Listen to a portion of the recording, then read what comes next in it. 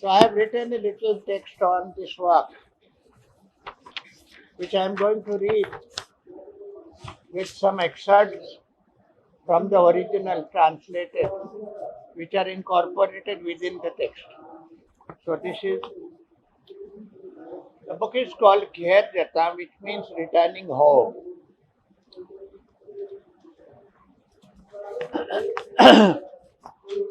In 1966,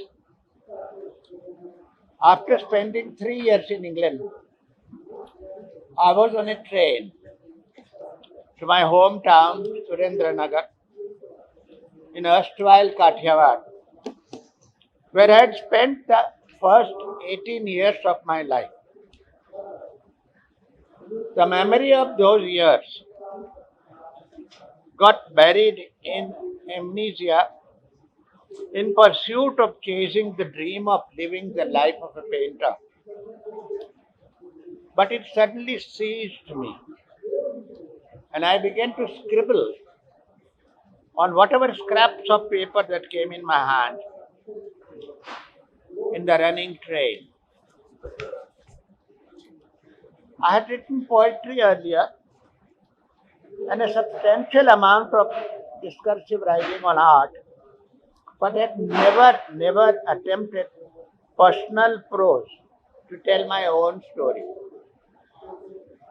But now, watching the sun through the window of the bogie, tumbling, falling over lumped, uneven ground, and deeply embedded memories began entwining me like dry, crabbed shrubs. As I continued to scribble, the train and its rushing tongue carrying me like an insect. Or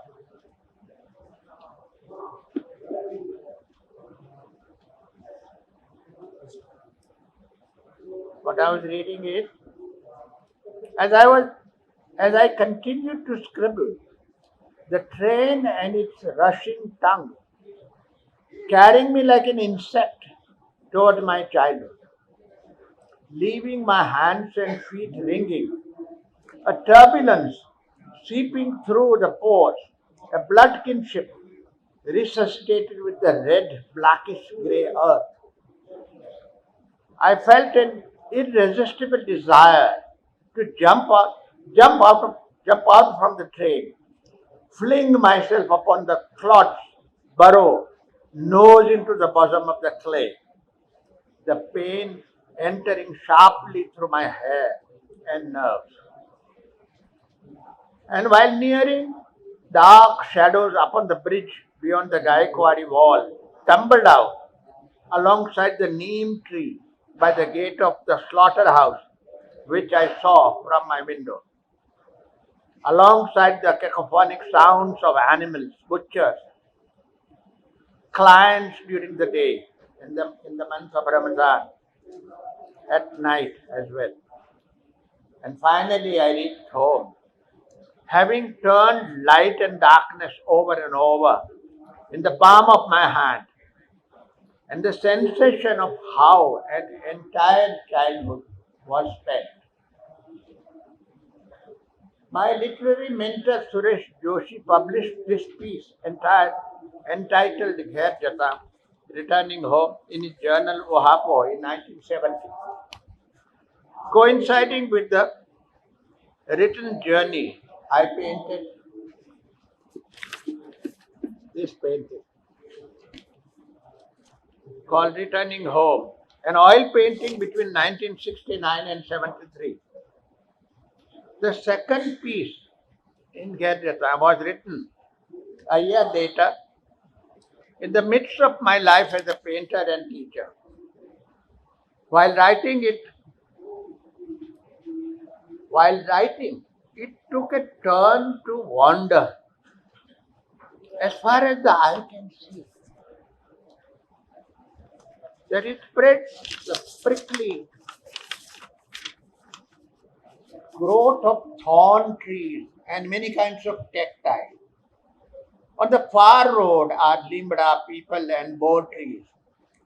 It remained a childhood habit to conjure strange living things in the secret leafiness of this vegetation. I would pull up petals of yellow owl flowers and scatter them free. This redolent vegetation made me imagine things. Seeing the owl swing with abandon, watching a mirage behind the akada and thorny thorn, the dancing of the bowl branches as they threw weird patterns of figures on the hard earth. I could see curious designs of a power, not human. Behind the akra and cacti, I would see footsteps. Imagine something hidden behind the people. Watch the long wands of the bowel branches turn into the peacock feather switch of the fakir, whirling and sway. And later, seated by the lantern at night, watching our shadows grow and dip with the wavering flame, I would think, I felt a jinnat sitting next to me.